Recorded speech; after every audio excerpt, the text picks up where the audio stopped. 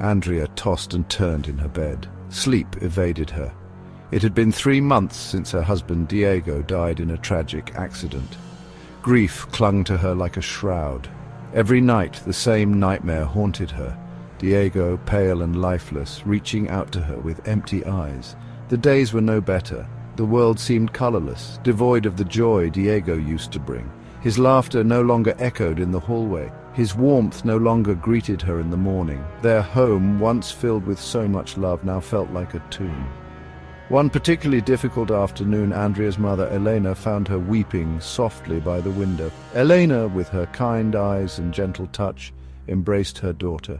She understood Andrea's pain, having experienced loss herself. "You need to find peace, Mia," she said, her voice filled with concern. "How can I, Mama?" Andrea choked out. "He's gone!" Elena held her daughter tight. "Pray for him, Andrea. Let him know you're okay. It will ease your heart." Andrea took her mother's advice to heart. Every day she visited Diego's grave. She would tell him about her day, share her fears and hopes, and whisper words of love into the cold stone. But the emptiness in her heart remained. She longed for his touch, his voice, his presence. One evening, as the sun began to set, casting long shadows across the cemetery, Andrea heard it.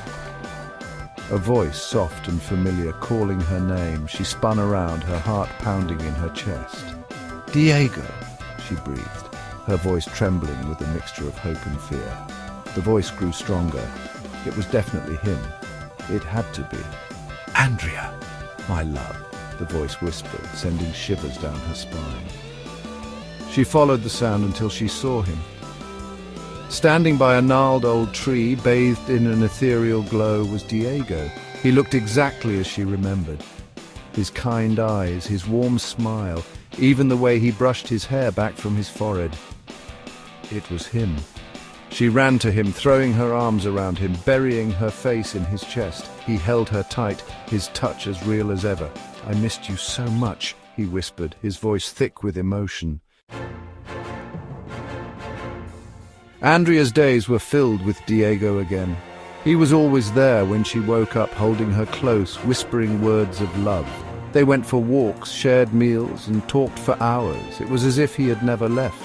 Elena, however, was not convinced. She noticed a change in Andrea, a distant look in her eyes, a strange detachment from the world.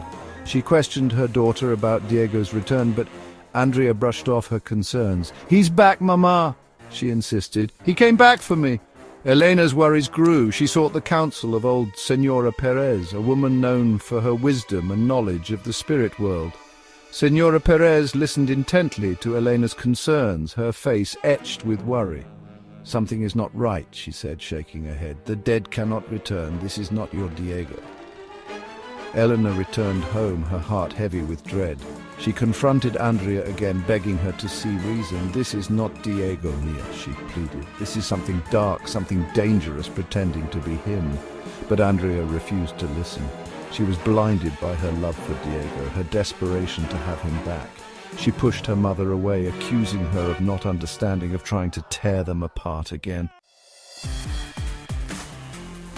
Section 4. The Deception Unravels. As the days turned into weeks, Elena watched helplessly as her daughter slipped further away.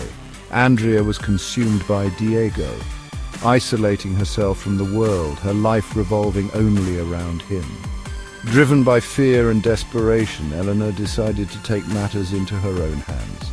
She remembered Senora Perez's words about the spirit world, about things not being what they seem. She knew she had to do something drastic.